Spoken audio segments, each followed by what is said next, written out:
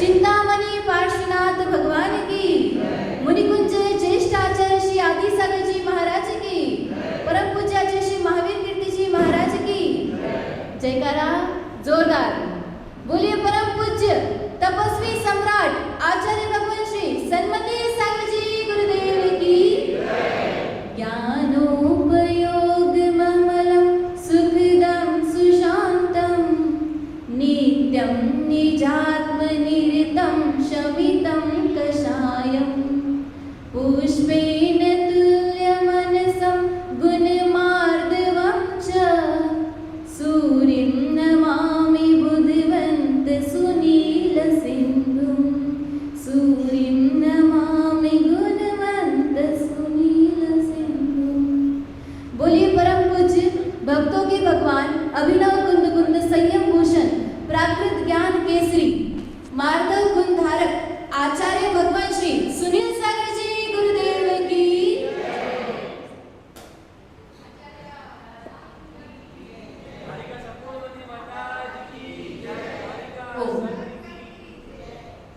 आज पर्युषण का द्वितीय दिवस, जिनको नहीं दिख रहा हो यहाँ आ जाओ, थोड़ा सा हाइट ज़्यादा है, जिनको नहीं दिख रहा हो यहाँ आ जाइए सामने।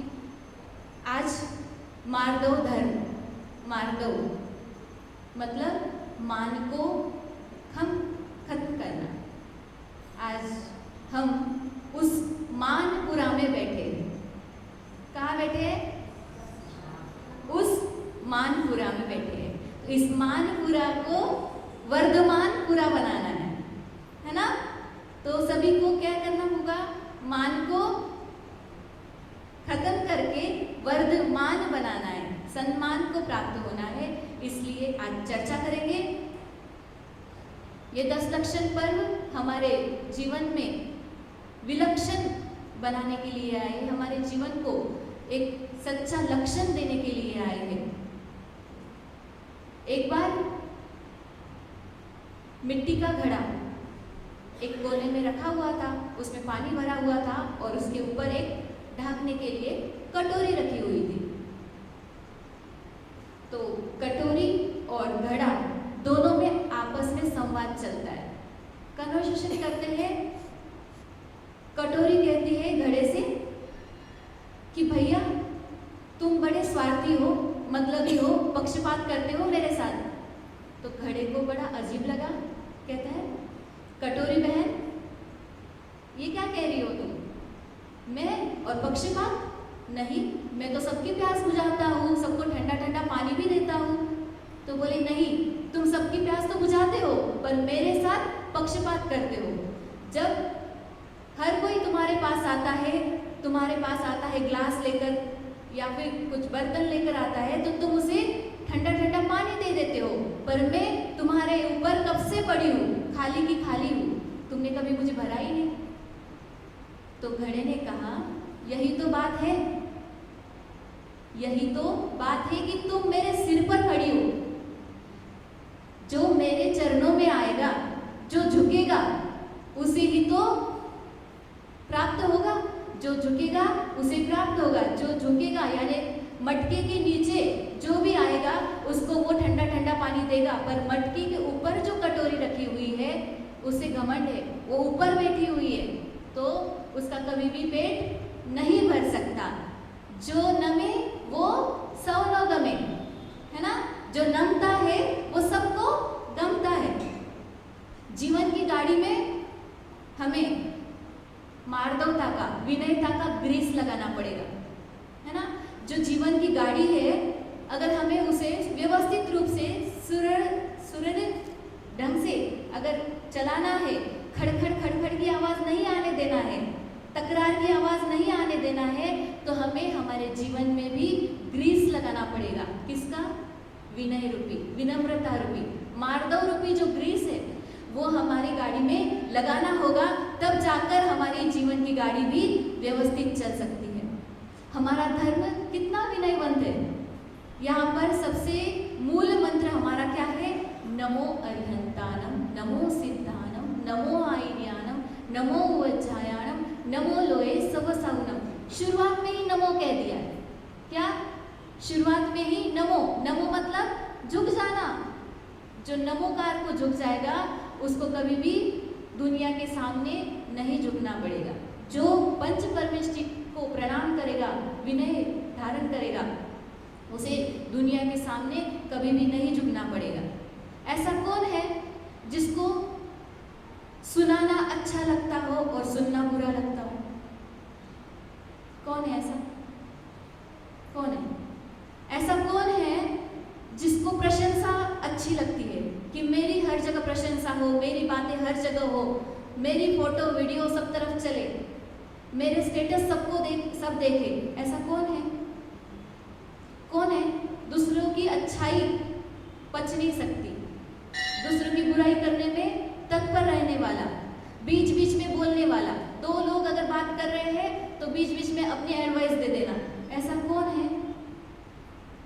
हमारे अंदर बैठा हुआ मैं आई। लक्षण बहुत सारे हैं, रोग एक है, रोग का नाम है मैं, आई। इसका लक्षण बहुत सारे हैं, जिसको मैं कहीं पे भी जाऊं, मैं कहीं पे भी जाऊं, मैं कौन करता है? बकरी। मैं कौन करती है? बकरी करती है। हम मैं करेंगे तो हम भी क्या कहलाएंगे?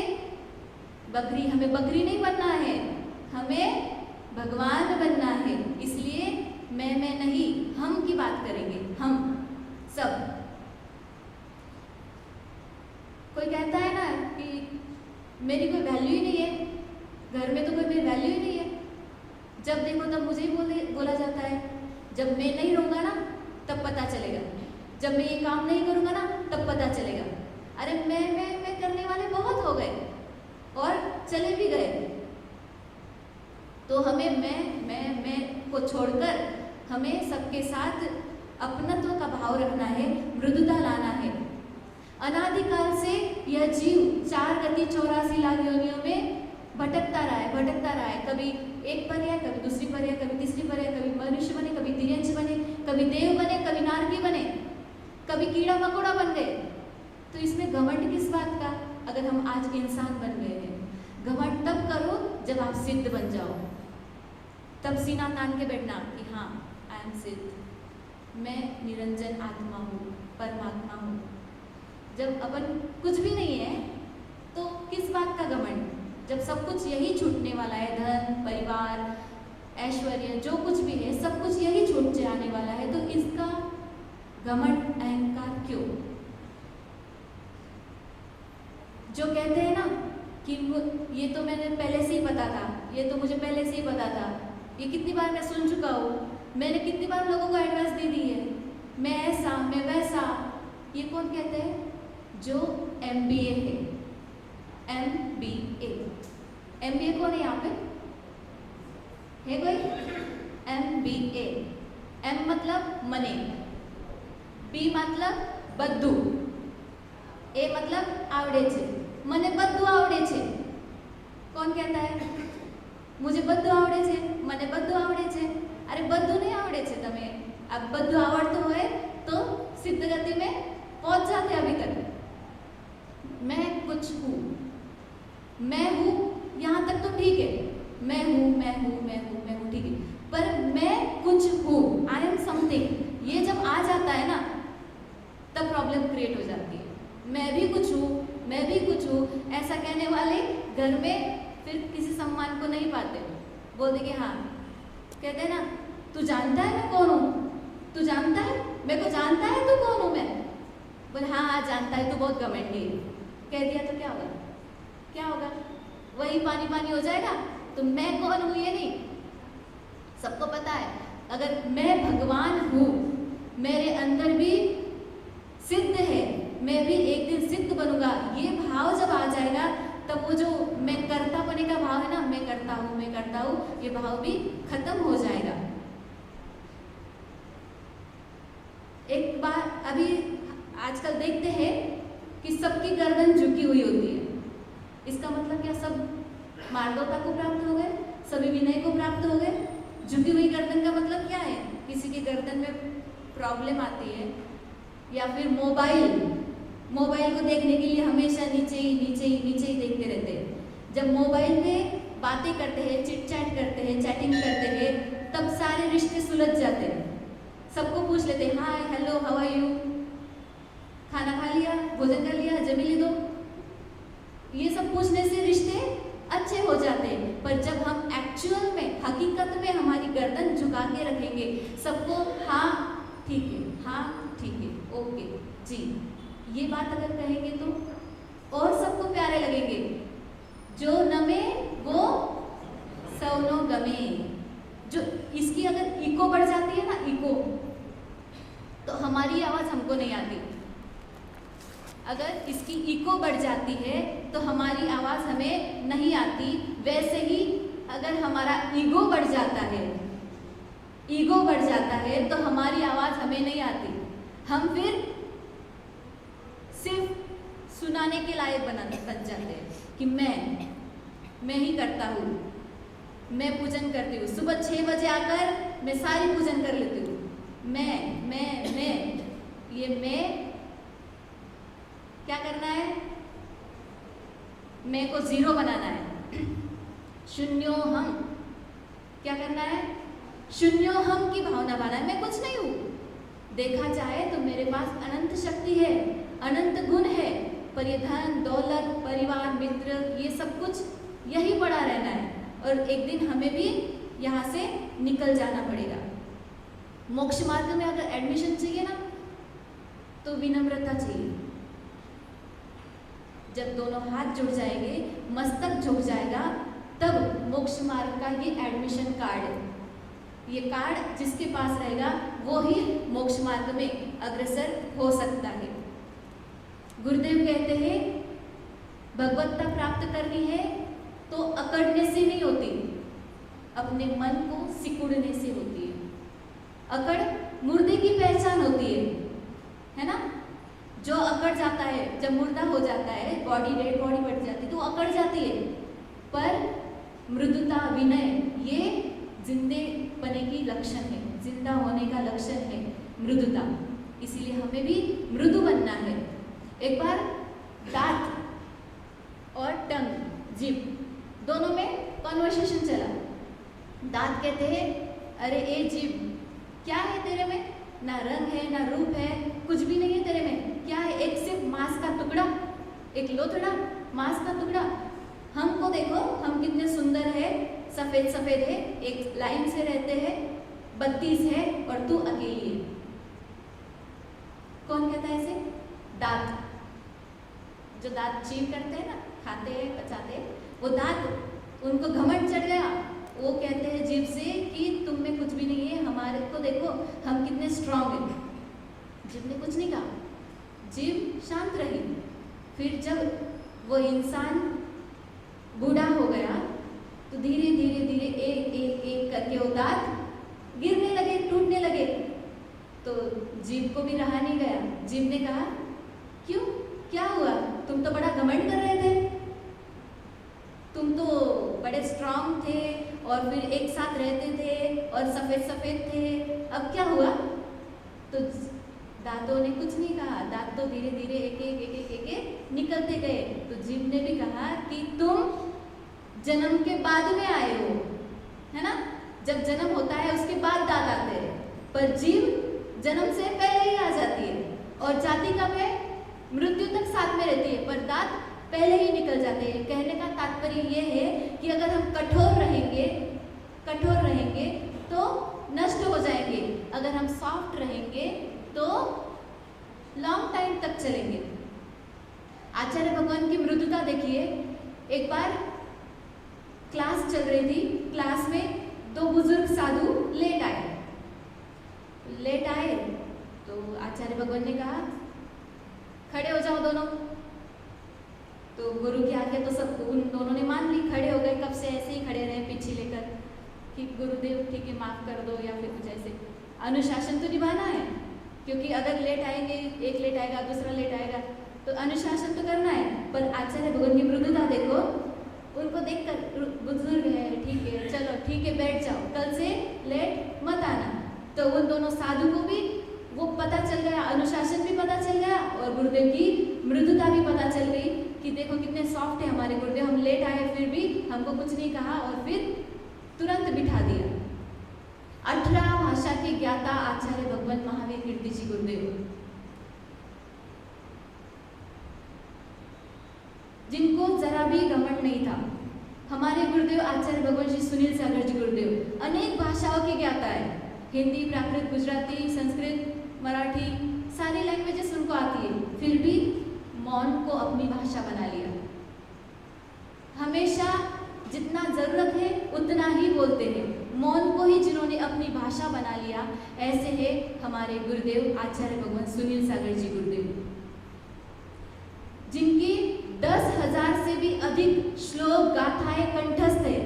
आज भी कोई भी गाथा कुछ भी पूछ लो, कोई भी जिज्ञासा पूछ लो, तो वो विदाउट टेकिंग टाइम आपको बता देंगे कि इस ग्रंथ में ये सब कुछ इस पेज नंबर पे इस श्लोक में लिखा हुआ है, कौन सी आचार्य ने लिखा हुआ है। इतनी प्रज्ञा, इतनी ज्ञान की गहराई होने के बावजूद भी इतना सा भी घमंड नहीं है। भारत के रक्षा मंत्री राजनाथ सिंह, उन्होंने आचार्य भगवान के चरणों में राष्ट्र गौरव की उपाधि सम्मानित की, भेंट की, अलंकृत किया उनको। ऐसी राष्ट्र गौरव, प्राकृताचार्य, समन्वयी संत, भारत गौरव, समन्वयी संत के साथ में और भी अतिशय योगी, त्रिभाषा कवि, बहुभाषाविद, चर्या चक्रवर्ती, ऐसी अनेकों उपाधियों से भक्त लोग उनको अलंकृत करते हैं। एक बार न्यूज रिपोर्टर वाले आए, बोले कि आपको तो डिलीट की उपाधि मिली है, डॉक्टर ऑफ लिटरेचर की, प्राकृत भाषा में, तो आपको कैसे लग रहा है? तो आचार्य भगवान ने एक स्मित हास्य दिया, उन्होंने कहा ये सारी पद, ये सब आपद है, ये तो सब यही रहना है। मेरे गुरुदेव ने मुझे जो पद दिया है वो ही सबसे बड़ा पद है, श्रमण पद, आचार्य पद, वही मैं मुनि बना हूँ, ये ही मेरे लिए सबसे बड़ी बात है। ये है मार्दवता, ये है मृदुता, ये ही कोमलता, हम सब भी उनके जैसे बने। और ये मानव जो है वो मान का पुतला है, मान के रखा है, क्या मैं ऐसी हूँ, मैं वैसी हूँ, मैं ऐसा हूँ, मैं वैसा हूँ, ये हमने मान मान मान मान के रखा है।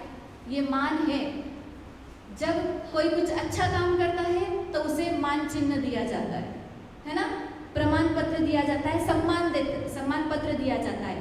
तो ये मान पत्र सम्मान में दिया जाता है।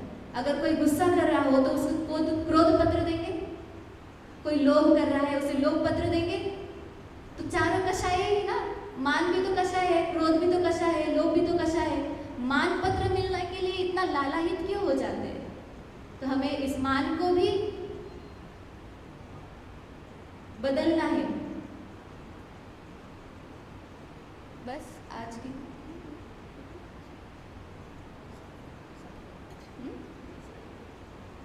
गुरुदेव कहते हैं जो अहंकार की कार में बैठता है वो नरक और निगोद की यात्रा करता है, पर जो संस्कार की कार में बैठता है, नमोकार की कार में बैठता है, वो स्वर्ग और मोक्ष की यात्रा कर लेता है। तो हमें भी स्वर्ग और मोक्ष की यात्रा करने मिले, ये भावना के साथ बोलिए उत्तम मार्दव धर्म की, आचार्य भगवान श्री सुनील सागर जी गुरुदेव की।